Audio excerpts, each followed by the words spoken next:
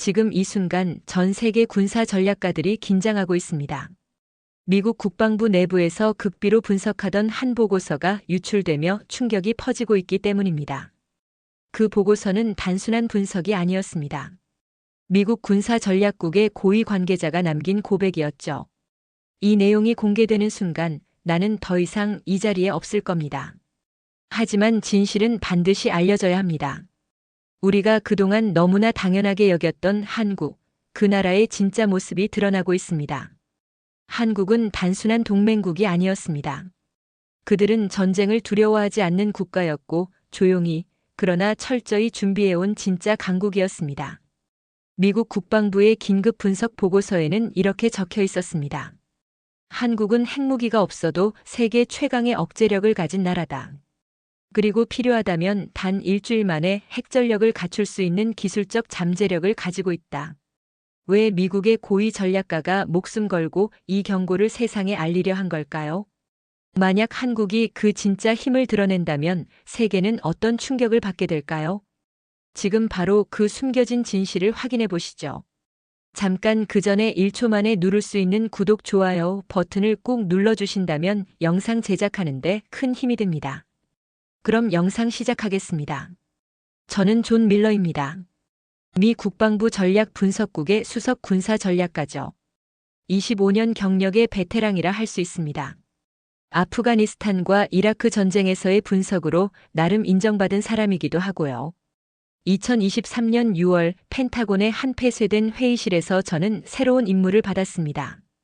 아시아 퍼시픽 리밸런싱이라는 극비 프로젝트의 책임자로 임명된 거죠. 임무는 간단했습니다. 중국의 급격한 군사력 증강에 대응하기 위해 아시아 주요 국가들의 실질적 군사 역량을 재평가하는 것이었어요. 밀러, 우리는 새로운 시각이 필요하오. 특히 동맹국들의 실제 전력이 얼마나 되는지 정확히 파악해야 합니다. 국방장관의 말씀이었습니다. 저는 고개를 끄덕였죠. 일본, 호주, 인도, 필리핀, 그리고 한국까지 모두 중요한 동맹국들이었어요. 솔직히 처음엔 한국을 그냥 조용한 동맹국 정도로만 봤습니다. 통상적인 분류로는 미국 주도형 방어체계 의존국이었으니까요. 제 책상에는 각 국가별 파일이 쌓여 있었는데 한국 파일은 꽤 얇았어요. A4 용지 2장 분량이 전부였죠. 주로 미국산 무기체계 의존도, 북한 위협에 대한 방어, 태세, 그리고 주한미군 주둔의 전략적 의미가 적혀 있었습니다. 당시 저희 팀의 관심은 주로 태평양에서 중국과 힘의 균형을 맞출 수 있는 호주와 일본에 집중되어 있었어요. 한국은 기존 평가대로 큰 변수는 없다고 생각했죠. 한국은 세계 10위권 경제대국이지만 군사적으로는 미국의 통제 아래 있는 충실한 파트너 정도로 보면 됩니다. 제 부관인 스미스 소령이 말했어요. 저도 동의했습니다.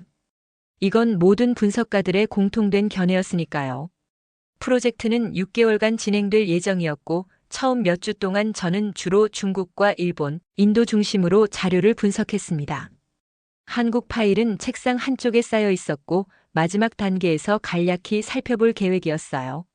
모두가 이미 한국에 대해 알고 있다고 생각했죠. 특별한 발견이 있을 거라 예상하지 않았습니다. 그런데 어느 날 밤 자료를 검토하던 중 우연히 접한 한 훈련 영상이 제 시선을 사로잡았어요. 한국군의 합동훈련 장면이었는데 뭔가 달랐습니다. 그 순간부터 저는 알았어요. 우리가 한국이라는 나라를 제대로 이해하지 못하고 있었다는 사실을요. 한국군 합동훈련 영상을 본 그날 이후로 저는 집중적으로 한국 관련 자료를 모으기 시작했습니다. 처음엔 단순한 호기심이었습니다만 곧 제 직업적 본능이 깨어났죠. 무언가가 기존 보고서와 맞지 않았어요. 스미스, 한국군의 대응 훈련 기록을 전부 가져와 보게.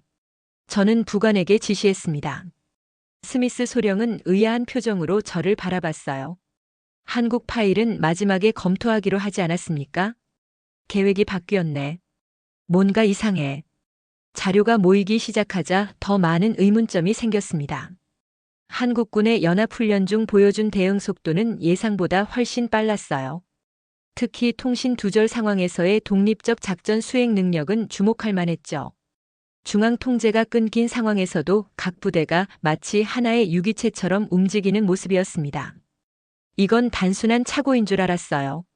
그런데 자세히 보니 무언가 이상했습니다. 저는 국방부 정보분석관 회의에서 말했죠. 우리가 한국군에 대해 기존에 가지고 있던 평가는 재고가 필요해 보입니다. 회의실에 있던 다른 분석가들은 의심스러운 눈길을 보냈습니다. 25년 경력의 베테랑이 갑자기 미국의 충실한 동맹국에 대해 특별한 관심을 보이는 것이 이상했겠죠. 워싱턴에 비가 내리던 어느 날, 저는 한국군 지휘관과의 과거 인터뷰 녹취록을 검토하고 있었어요. 그중 한 장성의 말이 제 주의를 끌었습니다. 우리는 미국의 도움에 감사하지만 언제나 독자적 방어 능력을 갖추기 위해 노력해왔습니다. 한국은 더 이상 누군가의 보호만 받는 나라가 아닙니다. 이 말이 단순한 수사였을까요? 아니면 실제 능력이 뒷받침된 자신감이었을까요? 저는 그동안 무시했던 데이터들을 하나하나 검토하기 시작했습니다. 한국의 국방 예산, 연구개발 현황, 자체 무기 체계 개발 프로그램. 숫자들이 점점 실체를 드러내기 시작했어요. 밀러, 당신 요즘 한국에 꽂혔나 보군요. 제 상관인 로버트 장군이 농담처럼 말했습니다. 뭔가 놓치고 있어요, 장군님. 이 나라는 우리가 생각했던 것보다 훨씬 더 복잡합니다. 그리고 마침내 한국의 군사 시스템을 더 깊이 들여다볼 기회가 왔습니다.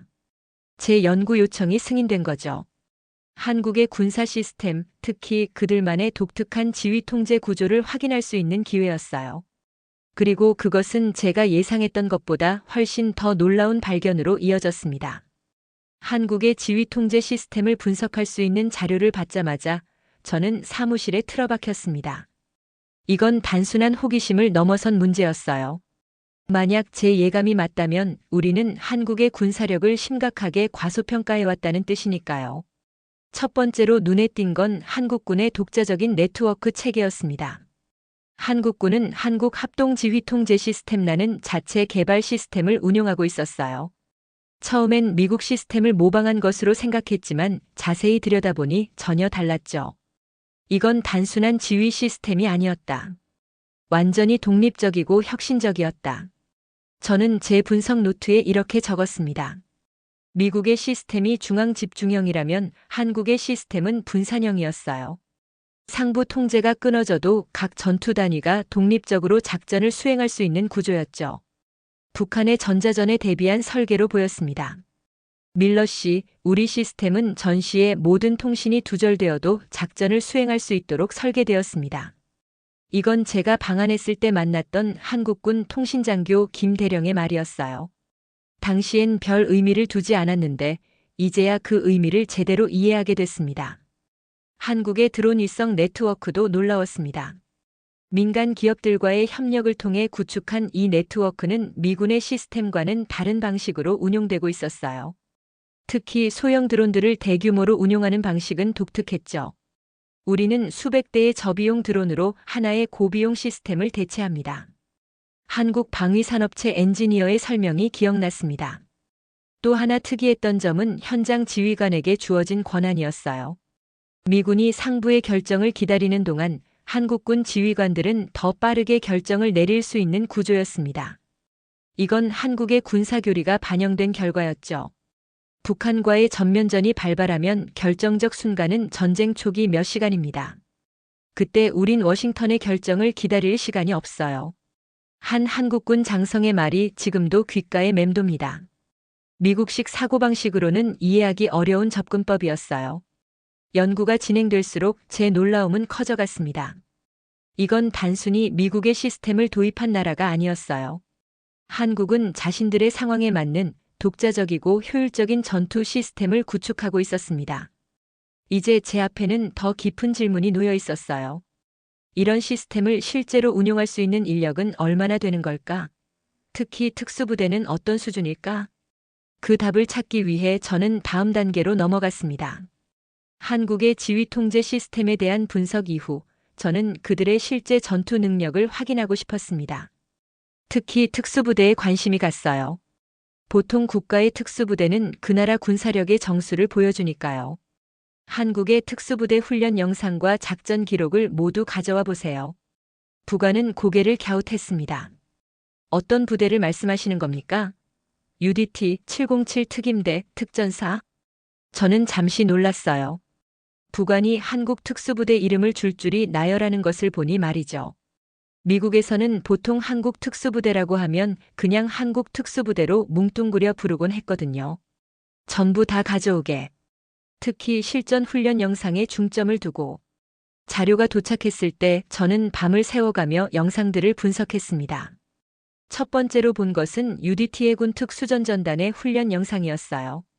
바다에서 육지로, 육지에서 도시 환경으로 이어지는 일련의 침투 작전이었죠. 그들은 그림자처럼 움직였습니다.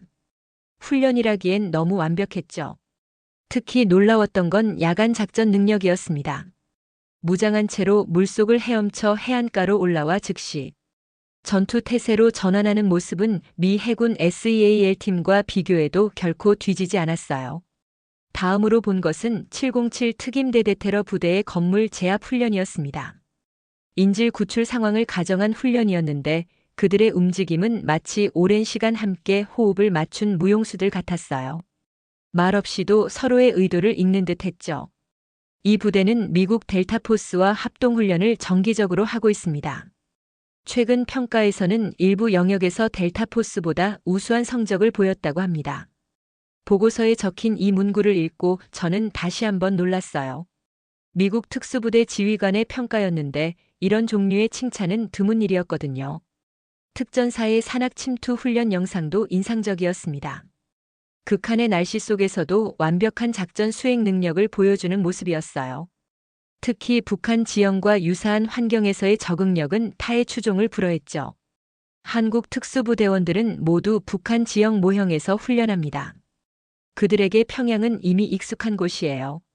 한국군 관계자의 이 설명이 이제야 의미를 가졌습니다. 이런 영상들을 보고 나니 한 가지 의문이 들었어요. 이런 수준의 특수부대를 갖춘 나라가 왜 그동안 주목받지 못했을까? 그리고 그들이 개발한 무기 체계는 어떤 수준일까? 그 답을 찾기 위해 저는 한국의 방산산업으로 시선을 돌렸습니다. 한국 특수부대의 역량을 분석한 후 자연스럽게 제 관심은 그들이 사용하는 무기와 장비로 향했습니다. 특수부대가 사용하는 장비는 대부분 국산이었어요. 이건 제가 생각했던 것과는 다른 그림이었죠. 한국의 방위산업체 현황과 수출 데이터를 전부 가져와 보세요. 자료를 검토하면서 저는 또 한 번 놀라게 됐습니다.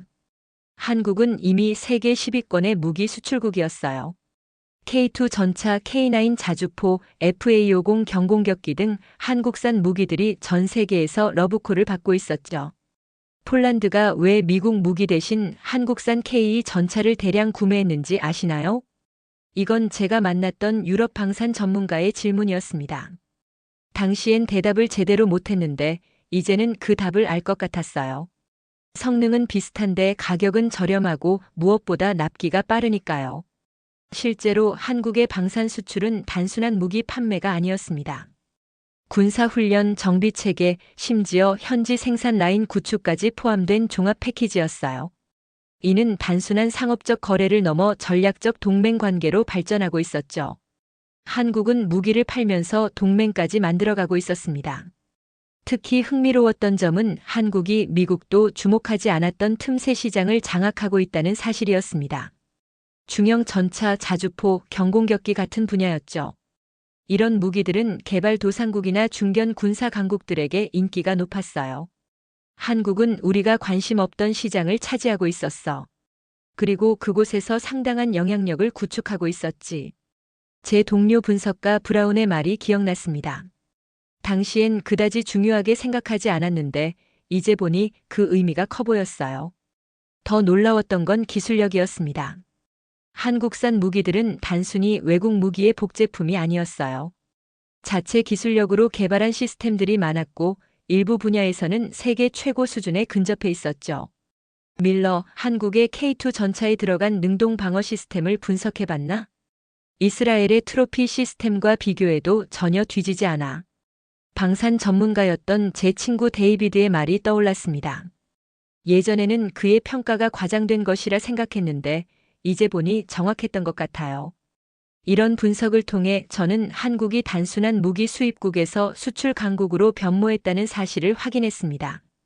그리고 이 변화는 그들의 전략적 위상에도 영향을 미치고 있었어요. 그렇다면 그들의 전략적 억제력은 어떤 수준일까? 다음 장에서 그 의문에 답해 보겠습니다. 한국의 방산 역량을 분석한 후 저는 더 본질적인 질문으로 들어갔습니다. 핵심은 결국 한국의 전략적 억제력이었어요. 어떻게 북한의 핵 위협에 맞서고 있는지, 그 전략은 무엇인지 말이죠.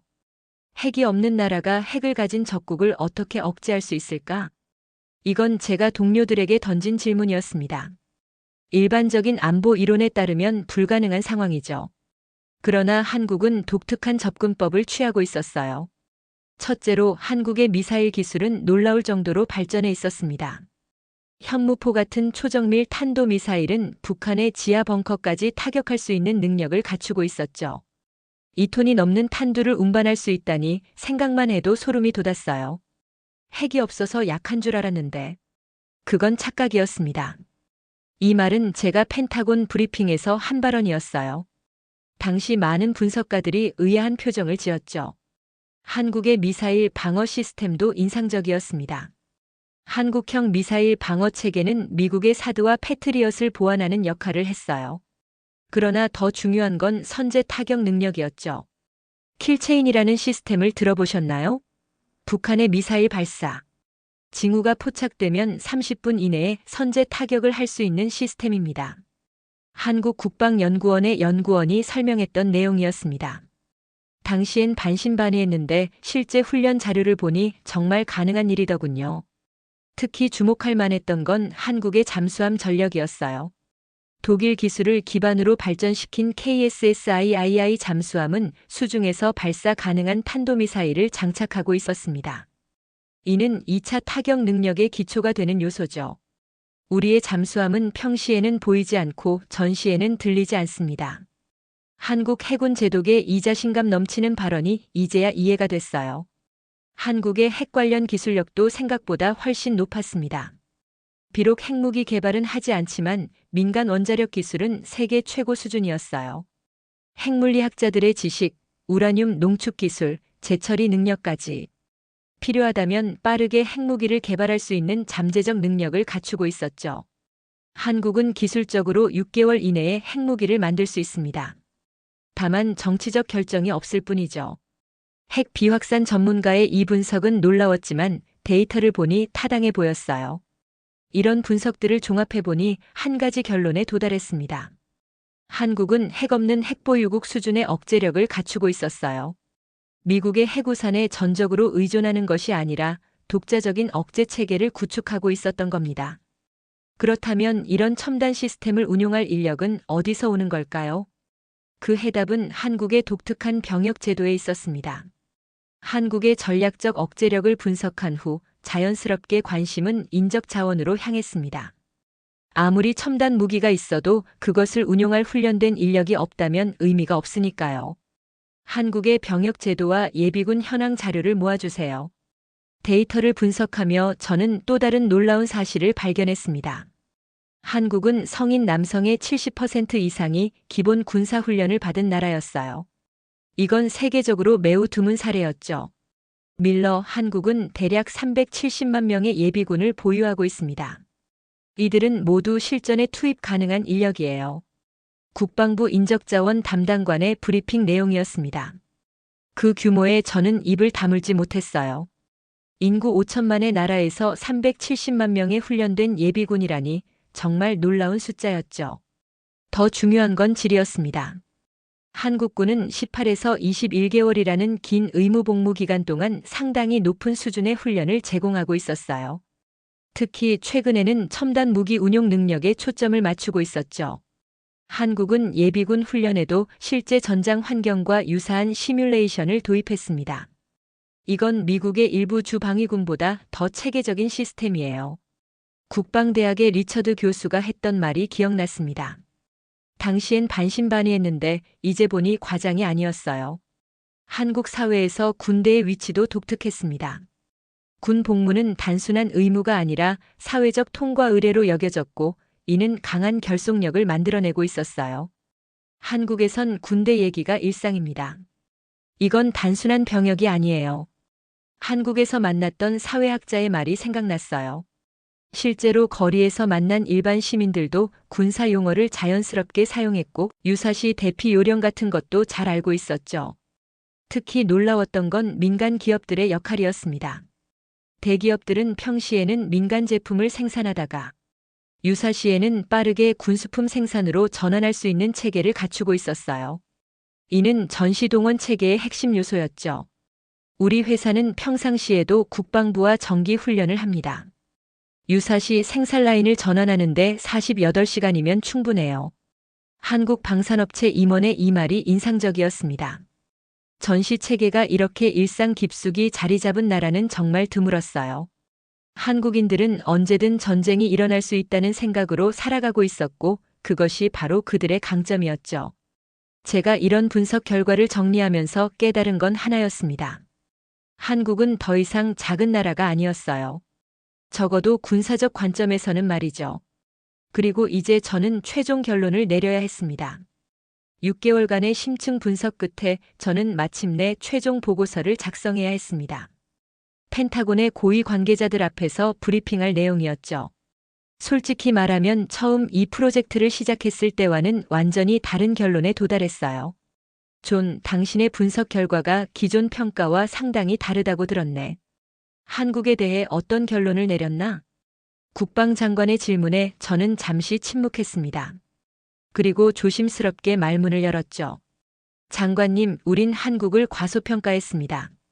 그들은 조용히 준비해온 진짜 강국이었습니다. 회의실의 긴장감이 감돌았어요. 저는 계속해서 설명을 이어갔습니다. 한국은 더 이상 작은 나라가 아닙니다. 적어도 군사적 관점에서는 말이죠. 제가 분석한 결과 한국은 전략적 맹수라고 평가할 수 있습니다. 제 말에 일부 참석자들은 의아한 표정을 지었어요. 오랫동안 한국을 단순히 미국의 방어 우산 아래 있는 나라로만 생각해왔으니까요. 한국의 군사력은 단순히 숫자로만 평가할 수 없습니다. 그들의 진정한 강점은 혁신, 정신력, 그리고 전략적 사고의 결합에 있어요. 브리핑을 이어가며 저는 지난 6개월간 발견한 모든 내용을 설명했습니다. 한국형 전투 시스템, 특수부대의 역량, 방산 수출 강국으로서의 입지, 전략적 억제력, 그리고 국민 전체가 참여하는 국방 체계까지. 무엇보다 중요한 건 한국이 이런 변화를 조용히, 그러나 체계적으로 이루어냈다는 점입니다. 우리가 중국, 러시아, 이란에만 집중하는 사이, 한국은 자신만의 길을 걸어왔어요. 회의가 끝나고 국방장관이 저를 따로 불렀습니다. 밀러, 당신 보고서가 워싱턴에 상당한 충격을 줬다네. 하지만 솔직히 말하면 이런 분석이 필요했어. 우린 너무 오랫동안 고정관념에 사로잡혀 있었으니까. 저는 고개를 끄덕였습니다. 이번 분석을 통해 저 자신도 많은 것을 배웠어요. 한국은 우리에게 중요한 교훈을 줍니다. 군사력은 단순히 무기의 숫자나 군사비 규모가 아니라는 점이죠. 진정한 강점은 혁신 능력, 국민의 결의, 그리고 전략적 사고에 있습니다. 이제 제 연구 결과는 미국의 아시아 전략을 제고하는 데 중요한 자료가 되었습니다. 한국을 단순한 보호국이 아닌 동등한 파트너로 대하는 새로운 접근법이 필요했으니까요. 이 모든 과정을 돌이켜보면 저는 한 가지 교훈을 얻었습니다. 세상은 우리가 보고 싶은 대로만 보이는 법이죠. 처음엔 한국을 작은 나라로 보았기에 그런 증거만 찾았던 거예요. 하지만 편견을 버리고 보니 그들의 진정한 모습이 보였습니다. 우린 한국을 과소평가했습니다. 그리고 그건 우리의 실수였어요. 이것이 제 최종 보고서의 마지막 문장이었습니다. 그리고 이제 이 말은 워싱턴 전체에 울려 퍼지고 있습니다. 오늘의 사연은 여기까지입니다. 지금까지 감동사다리였습니다. 오늘도 우리 구독자님들의 가정에 따뜻한 행복이 가득하시길 진심으로 바라겠습니다. 감사합니다.